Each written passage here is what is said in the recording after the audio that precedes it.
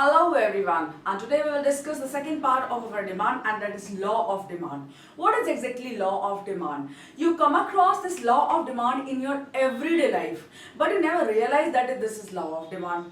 Whenever prices of any commodity fall, you tend to purchase more. This is simply law of demand. And whenever the price of any commodity rises, you tend to consume in lesser amounts of that commodity. So this is law of demand. When sales happen in your cities, what do? You buy more of the branded clothes. And when you buy the fresh branded clothes, you buy one or two pieces of them. So that is normal tendency. Except super rich people or people who do not take consideration of money or who do not consider any value for money, the law of demand applies for everyone. So let's start with the definition of law of demand. That is, law of demand states that other things remaining same. Same means remaining constant, they do not change. Quantity demanded increases with decrease in its price. That is, the things or the quantities of any commodity in the world that you purchase increases with decrease in its price. That is, when the prices of commodities decrease, they tend to be purchased in larger quantities. And vice versa. That means the opposite of it is also true. That means when the price will fall, you will buy more of a commodity, and when price will rise, you will buy less of a commodity. See, you can see here. Here we have the example. The example belongs to our first part of this video, and before watching this video, that is part 2, please watch first part of this video. Otherwise, you won't be able to understand the real essence of this lecture. Okay, so here we have price of X in rupees. So here the 10,864 in rupees, the price is falling. You can see DEC for decrease, the price is decreasing, right? And here the quantity of any commodity is taken. Say for potato, I have taken the example of potato in last lecture. So here also I am taking example of potato only. So here we have price of potato, and here we have quantities. The respective quantities which have been purchased at these respective prices are here. That is, at price of rupees 10, any person may tend to consume lesser quantity, that is 2 kg. And this is hypothetical example. That's not the real example. This is hypothetical. We are supposing, in fact. At 8, he is buying 3 kgs. At 6 rupees, he is buying 4 kgs. And when price eventually falls to rupees 4, he is purchasing 5 kgs of potato. And that it happens normally to everyone. During the season of harvesting of potatoes, when they are ample in the market is flooded with potatoes, so we tend to buy them for making chips, making other kind of delicacies as well. So this is what happens exactly with the law of demand, and we do it every day whenever we go out to purchase any of the commodities. So this is law of demand, and here we can this is the demand schedule. We can say here the schedule, the list where the price and quantities has been shown. This is the demand schedule, and here we will make a demand curve. We can see at price of rupees 10, a consumer tends to purchase 2 kgs. So here we will match the quantity, we will match the price. Here the on vertical axis price is taken and horizontal axis quantity is taken. That's why I am saying please watch the video part 1 of this series of demand, where you can understand this framing of demand curve and demand schedule very easily. Okay, so here this is vertical axis, price has been taken here, P for price, and horizontal axis quantity of potato has been taken in kgs, kilograms. Here price in rupees has been taken. So at the price of rupees 10, a consumer is purchasing how many kgs? 2 kgs. So here we will put a point 10, and here 2, we'll match it and put a point over here. Then again we'll match them here, and I'm not using scale in exams, and you can use scales in exams and other types of tests. Then at rupees 6, suppose the price falls to rupees 6, decreasing. It's decreasing in this manner. So price is falling from rupees 10 to rupees 6. And what happens here? At rupees 6, what is the line has been framed here? At rupees 6, how much is he purchasing? 4 kg. So we'll match this with 4 kg. Here we can see it, and now we will join them here, and here I am drawing a line. That's not very clear, but still you can see it. Now, the demand is increasing from 2 kg to 4 kg, and here we have point A and B. I'm not writing them, and here these points.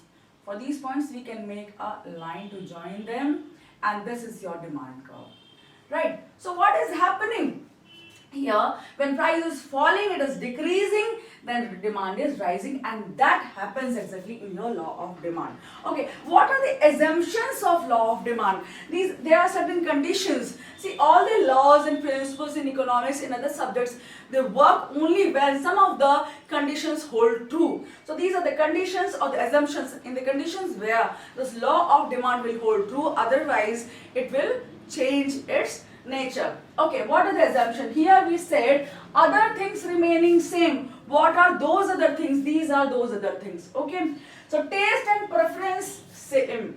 So what is same here?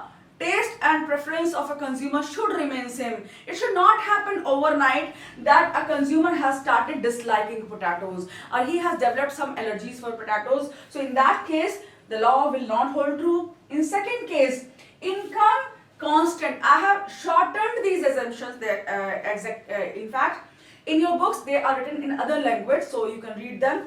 Income remains constant. That means a person, a consumer who tends to buy this commodity, his income remains constant. Why? Because if his income increases, he will buy more of a commodity without thinking any value for money. He can buy any quantity then. Okay?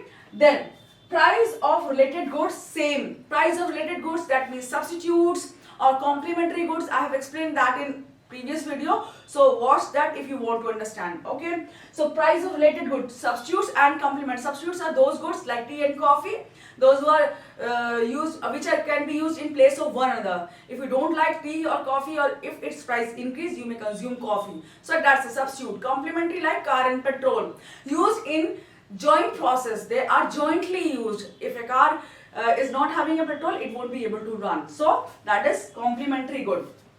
So price of related goods remains same. Their price does not change. If their price changes, then this law will not hold true.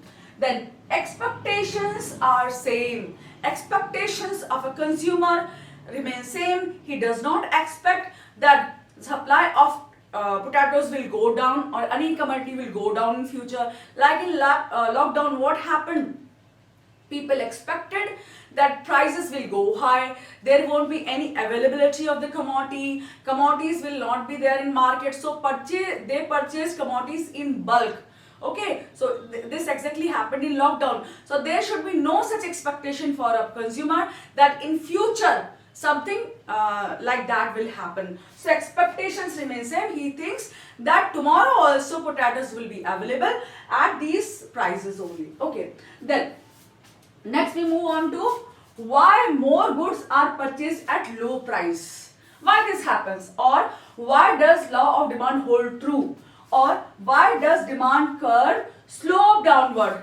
Here it is sloping downward from left to right. This is our left hand, right this, and it's sloping downwards from left to right. Why? Because when price falls, people tend to buy more of a commodity. Quantity increases. With falling of price, quantity is increasing. So why does it happen? But okay, there are certain things or there are certain conditions or laws which make this law happen. Okay, number one is law of diminishing marginal utility. That is urge.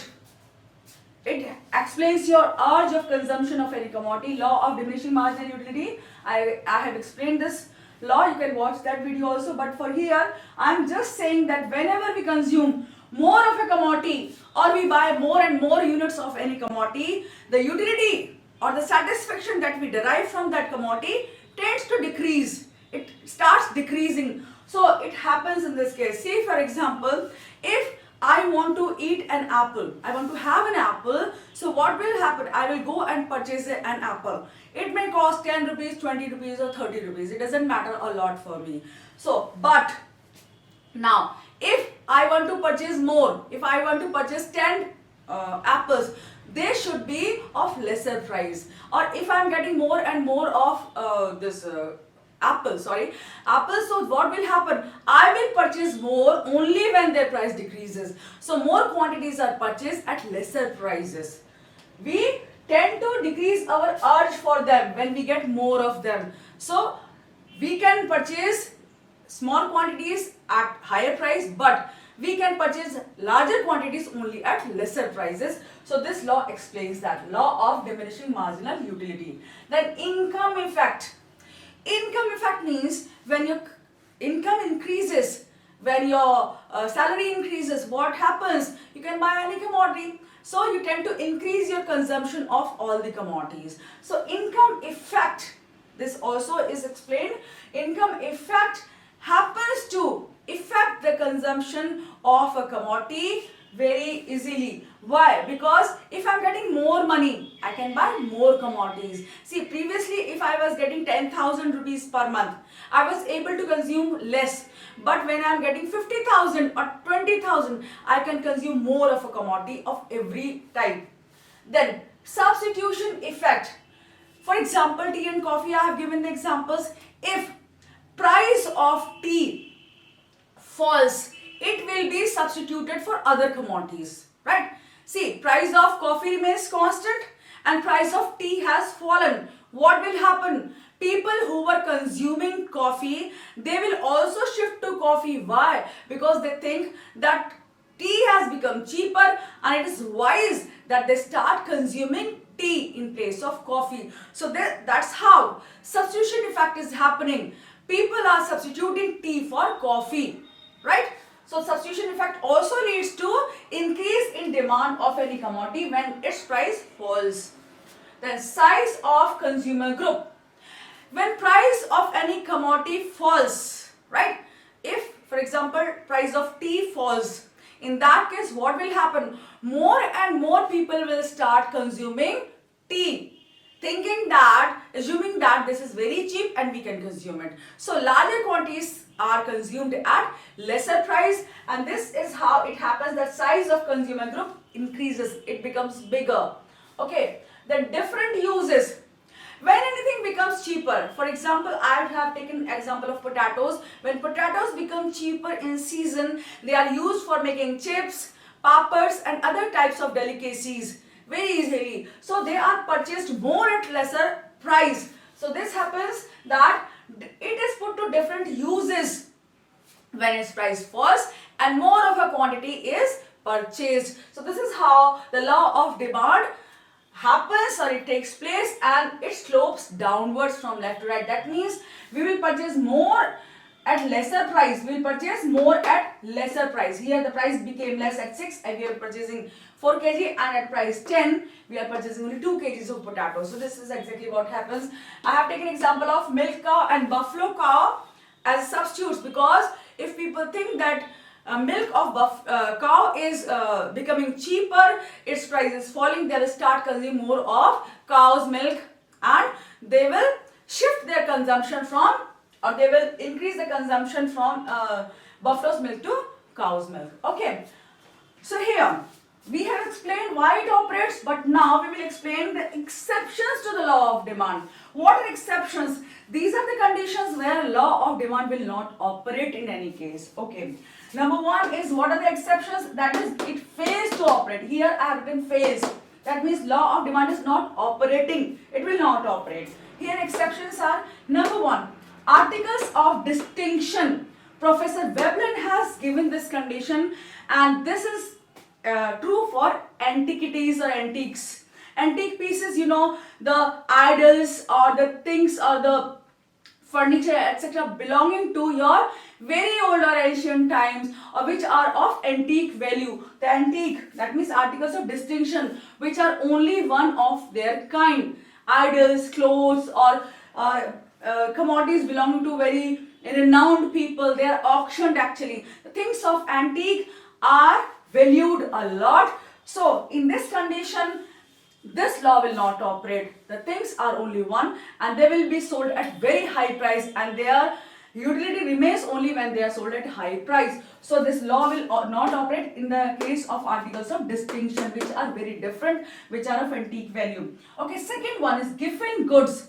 Giffen goods are very, very inferior goods. For example, jute ropes. When a person is poor, he will have to use jute rope to hang his clothes or to air his clothes, to dry his clothes up. But when he becomes rich, he can use tents to dry up his clothes or air his clothes. So in that case, he will stop consuming those cheap ropes or cheap goods when a person's income increases. So Giffen goods are very inferior goods and they are not consumed in larger quantities when their price increases. What happens? Their consumption decreases with their increase in income or price. Okay, so Giffen goods, it does not happen, or Giffen goods are inferior goods, and this is known as Giffen paradox. Inferior goods will not be consumed when their price increases.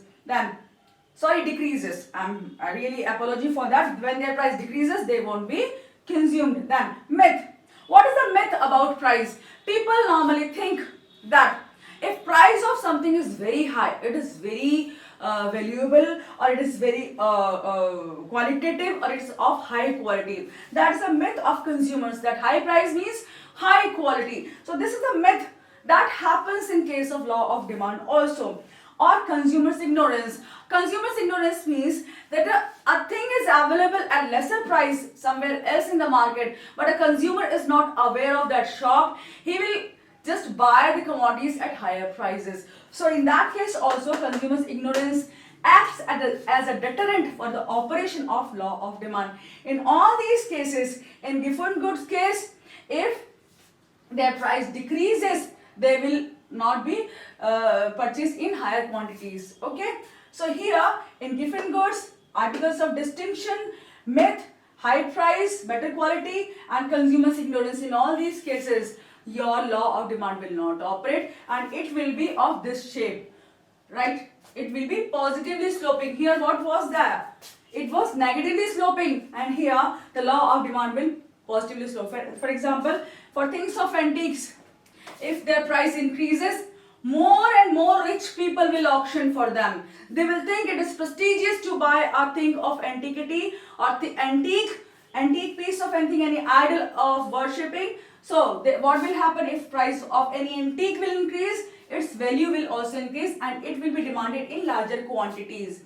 Diamonds, for example, diamonds of high quality are purchased at high price. They think that it's prestigious to hold, take a possession of that type of commodity. So here the law of demand in these cases will not operate. Now we will move on to our next section, that is movements along demand curve and shifting in demand curve. These are very important terms and people often get confused in these two terms. See, movements along the demand curve, that means you are moving on the demand curve from up to down and down to up. So that is movement along the demand curve. You are moving on the same demand curve. For example, this is a line. I am moving on this line. So this is movement along this line. And similar is the case with your demand curve. Here we have the demand curve. So when we move, I am explaining here, when we move from up to down, that means initial position was rupees 10 and the purchase was 2 kgs. Here at rupees 10 we were purchasing 2 kgs of commodity. Now when the price has decreased to rupees 6, what is happening? We have increased the quantity that we purchase. We have increased the quantity from 2 kg to 4 kg. That is what is happening. Our demand is extending. That is, means the quantity has increased. So it is extending and we are moving from this point to this point along the demand curve. In the same manner, while your quantity decreases due to increase in price from this position, if price of any commodity rises from 6 to 10, again if it rises, your quantity demanded will decrease to 2 kg. In this case, what is happening? You are moving from point B to A. In this case, your demand is contracting. That means decreasing. C for contraction, E for extension. If we move down, it is extension. If we move up, this is contraction. We can explain this with this section over here. Movements along demand curve. You are moving along, moving at the side of demand curve. This happens due to change in price only. Other factors will not affect your movement along the demand curve. Only price will affect that. That means this is explanation of your demand curve. Simple demand curve other than income. That means other things remain constant in your movements along the demand curve. Other things are constant, only price is changing. Here we can see in this example, initial position, initial means P1, here initial price is P1 and initial quantity that we purchase is Q1. In this case, your point A is the point of coincidence, these points are coinciding, and here your demand and quantity are here, quantity demanded and prices P1 and Q1. If your price decreases from P1 to P2, what is happening? At P2 price, you are purchasing Q2 quantity. So what is happening? You are moving from point A to point B, and in this case your demand is extending. E for extension, your demand is extending. Okay, you are increasing the quantity demanded. In second position, what is happening? Your initial position is P1, that means your price is less. At this less price, what is happening? You are buying Q1 quantity of any commodity. Take for example potato only, we have taken the example of potato, or you can take mango, apple, anything if you dislike potato. Okay, so P1 is the price and Q1 the quantity purchased at that price. Now, if your price increases from P1 to P2, price is increasing. See, it increases from downward position to upward position. So here your price is increasing, and at this price, P2 price, your demand has, quantity demanded has decreased. Decreasing, that means you are moving from point, this point, initial point was A and here writing B, you are moving from this point to this point. Now what is happening? You are moving from right hand to left hand position. So here, what is happening? You are shifting your points and your demand is contracting. C for contraction. And here I have framed a code for your understanding, that's PEC. That means price leads to extension and contraction. PEC means price extension contraction. That means only price will lead to extension contraction, other things will remain same. Now move on to shift in demand curve. Shift, see, I am standing here. Now I move on to this position, that means I am shifting my position. This is exactly what happens with your demand curve. Your demand curve changes its position. You are not moving along the demand curve, right? You are not moving along the demand curve. Your whole demand curve changes its position, and that exactly is shifting. Here shifting is happening. What is happening? Your price is constant, and if price is constant, other factors may play their role in shifting. What are the factors? Income, taste, price of related goods, substitutes and complementary, population and expectation. Whatever assumptions were here, you can write them there, right? They are the same.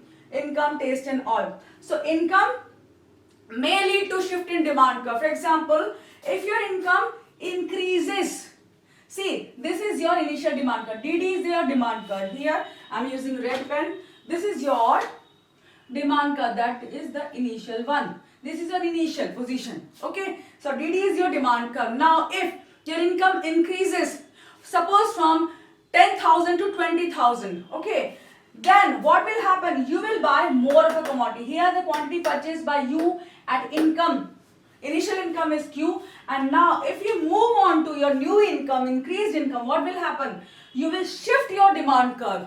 That means your whole demand curve will shift. It will change its position, and now you can buy more of a commodity. That means Q2 of a commodity, right? Now, this is a case of increased income. Now, in second case, if your income decreases, right? If your income becomes lesser, you will be able to buy lesser amount of any commodity. So what will happen? Your whole demand curve will shift towards left side, and this is shifting towards the L for left here. Shift towards left hand side here.